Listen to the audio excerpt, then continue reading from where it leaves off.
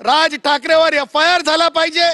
नुसता राज ठाकरे का FIR असा प्रश्न जर कोणी उपस्थित करत असेल तर माननीय सर्वोच्च न्यायालयाने शहानी विरुद्ध सरकार ह्या केसमध्ये स्पष्ट निर्देश दिलेले आहेत।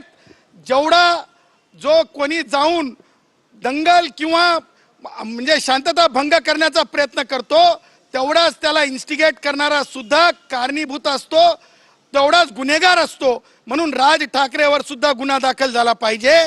त्याचबरोबर राज ठाकरेला विद्यार्थ्यांना म्हणजे त्यांचं मनोबल खचवणे थांबवण्यासाठी, त्याचबरोबर पालकांमधली भीती थांबवण्यासाठी, त्याचबरोबर पुस्तक विक्रेत्यांना एक त्यांचं मनोबल वाढवण्यासाठी अरे आजूबाजूला दारूची दुकानं आहेत ती बंद करण्यासाठी निवेदन द्या ना।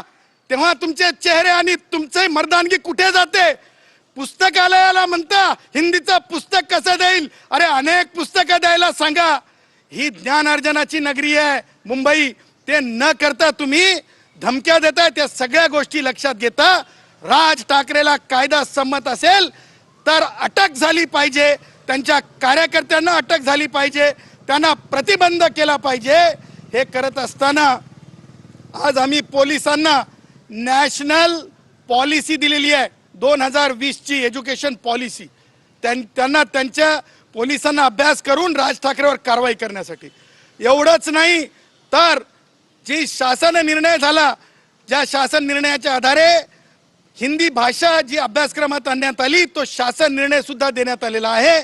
आणि एकूण ही सगळी कार्यप्रणाली पाहता राज ठाकरेवर कारवाई व्हावी ह्याकरिता आज आम्ही तक्रार दाखल केलेली आहे।